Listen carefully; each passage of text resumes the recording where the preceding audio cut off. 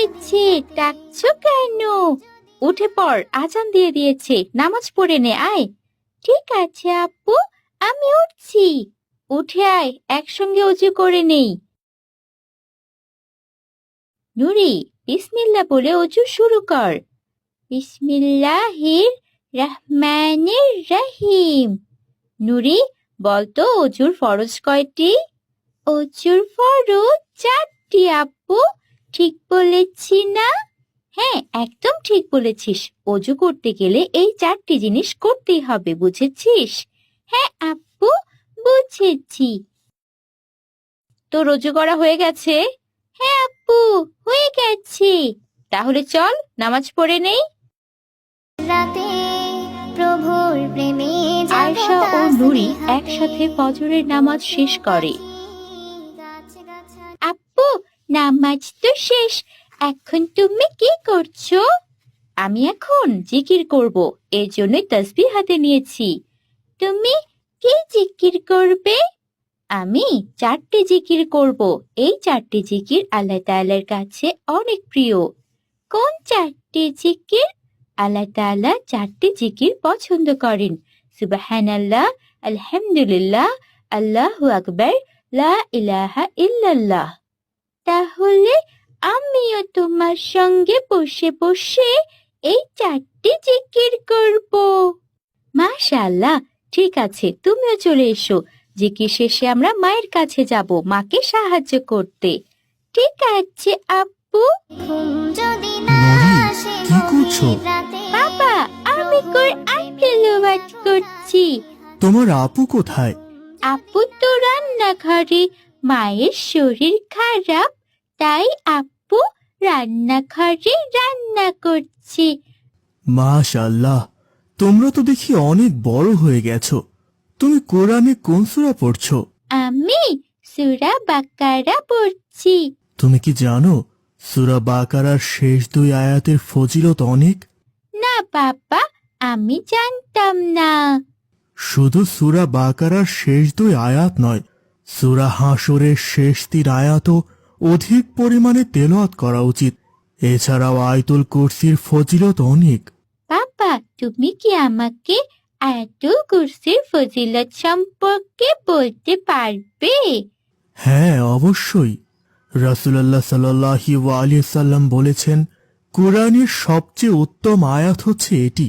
এছাড়াও যে ব্যক্তি প্রত্যেক ফরজ সালাতের পর আয়াতুল কুরসি পড়বে, তার জন্য বেহেশতে প্রবেশের পথে একমাত্র অন্তরায় হলো মৃত্যু, মানে সে মরে গেলেই বেহেশতে চলে যাবে।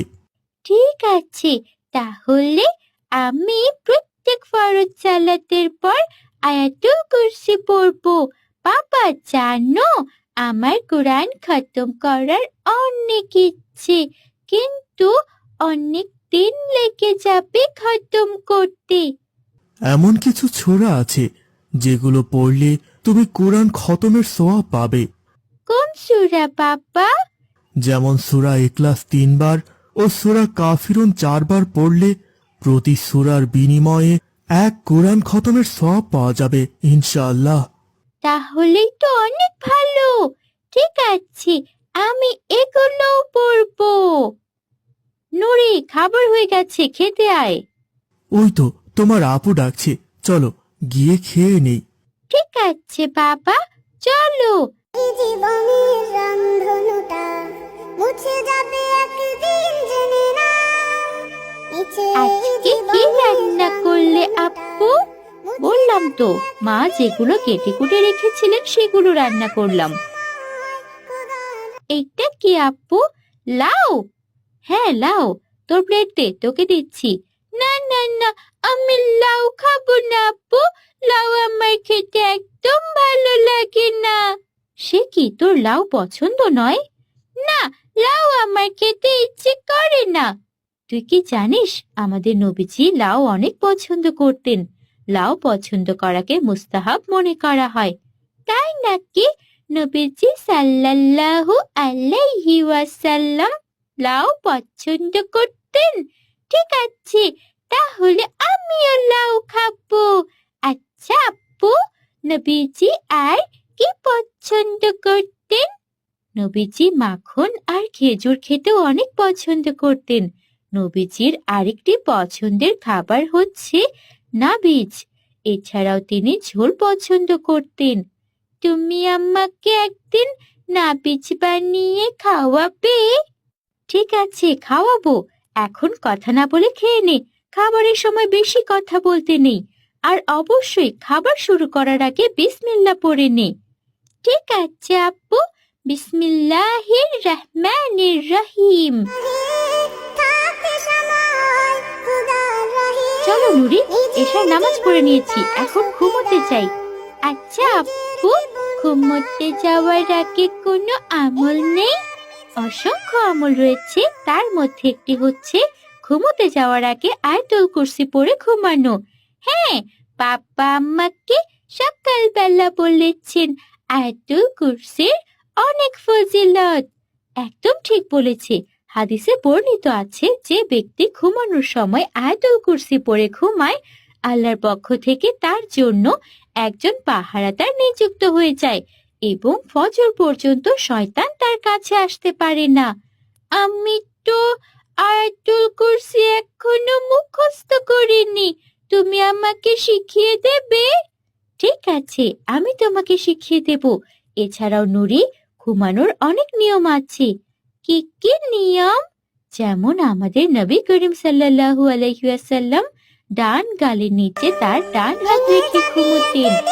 আমিও যদি নবী করিম সাল্লাল্লাহু আলাইহি ওয়াসাল্লামের মতো ডান গালের নিচে ডান হাত রেখে ঘুমাই, তাহলে কি সুন্নাত পালন করা হবে? হ্যাঁ, কিন্তু কিছু কিছু কাজ করতে তিনি নিষেধ করেছেন। কি কাজ আপু? রাসূল সাল্লাল্লাহু আলাইহি ওয়াসাল্লাম বলেছেন, উপর হয়ে যে ব্যক্তি ঘুমায় এমন ব্যক্তিকে আল্লাহ তাআলা ভালোবাসেন না। তুমি কখনো উপর হয়ে ঘুমিও না। ঠিক আছে আপু, এখন চলো তাড়াতাড়ি ঘুমোতে যাই। আমাকে আবার তাহাজ্জুদের নামাজ পড়তে হবে। তাহাজ্জুদের নামাজের অনেক ফজিলত। বাহ আপু, তাহলে তো আমরা 24 ঘন্টায় আমল করতে পারি। হ্যাঁ, একদম তাই।